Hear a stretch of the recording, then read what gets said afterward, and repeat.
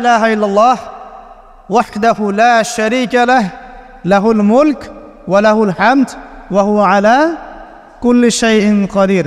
এই দোয়াটা দিনে যে ব্যক্তি 100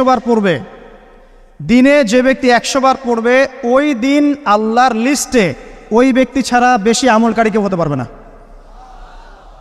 তবে সেই ব্যক্তি ব্যতীত যে এর চেয়ে বেশি পড়েছে, কেউ 200, 300, 500 পড়েছে, তখন সে বেশি র্যাঙ্কিংয়ে শীর্ষে চলে যাবে আর কি। মিনিমাম 100 বার। আরও ফজিলত হচ্ছে 100 বার যদি আপনি পড়েন, ওই দিন শয়তান আপনাকে স্পর্শ করতে পারবেন ইনশাআল্লাহ, এবং আপনার আমলনামা থেকে 100 গুনাহ মিটিয়ে ফেলা হবে, 100 নেকি লিখে দেওয়া হবে ইনশাআল্লাহ।